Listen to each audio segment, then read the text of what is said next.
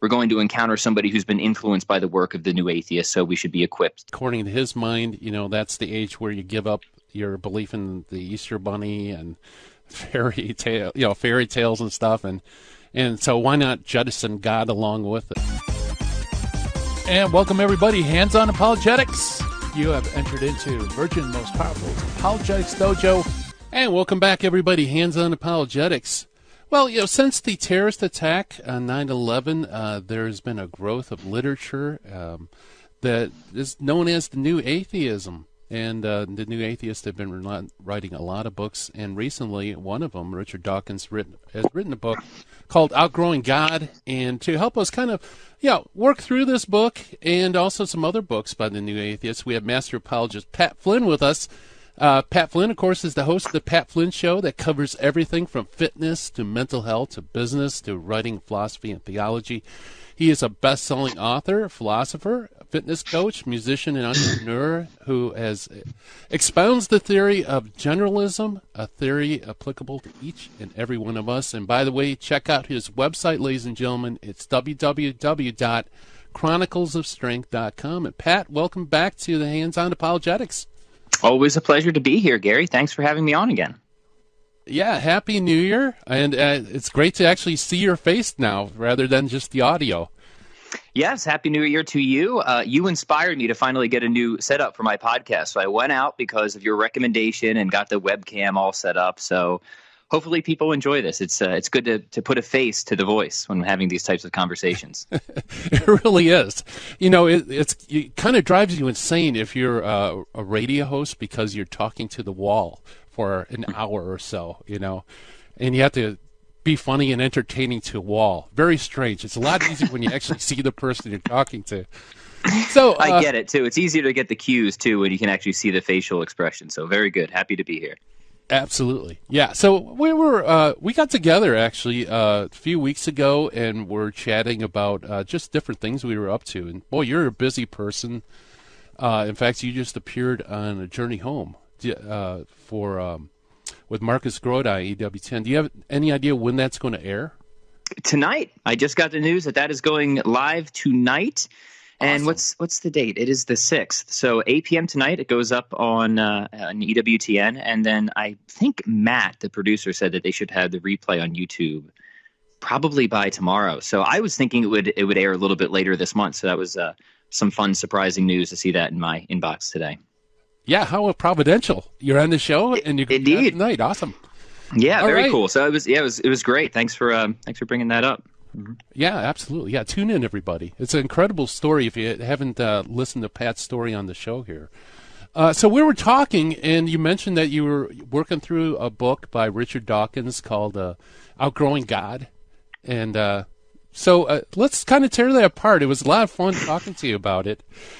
Who is Richard Dawkins, and how does this book fit into his other works? Yeah, so Richard Dawkins, I guess, is one of the so-called four horsemen of this new atheist phenomenon. The other ones being Sam Harris, the late Christopher Hitchens, and Daniel Dennett. Now, Dawkins is very well known for being a biologist. I'm fairly certain he's retired at this point. But on a popular level, he's known for writing just very polemical books against religious belief, and specifically, he seems to really enjoy targeting Christian belief specifically. So, his most famous book would be The God Delusion. That came out, I believe, around 2006, and it was a huge bestseller. And the thing about these new atheists is they have had tremendous cultural impact. And we got to talking about some of their books, and I don't think I had very many nice things to say, except for the fact that most of them are mercifully short. So I haven't spent a whole lot of time with their work because I don't think there's really any good reason to. They're just not very substantive. They're actually pretty annoying. But unfortunately, they've had incredible cultural impact. So constantly, and they've really poisoned the nature of religious debate. So many of the slogans that you hear online now from the Village Atheists online and the YouTube Atheists are just typically taken verbatim from one of the textbooks of these new atheists, whether it's The End of Faith or The God Delusion. And part of the reason we brought up Outgrowing God is Well, I think there's some good news in that I think the new atheism is pretty much done. I think people are kind of over it, and it seems like the Jordan Peterson phenomenon has largely replaced that to some extent. And we could speculate why, but I think that is an accurate diagnosis of the situation. But still, they're out there. They're still kicking along. And Dawkins produced this new book, Outgrowing God, and it's specifically targeted at teenagers. It's like evangelical atheism for teenagers.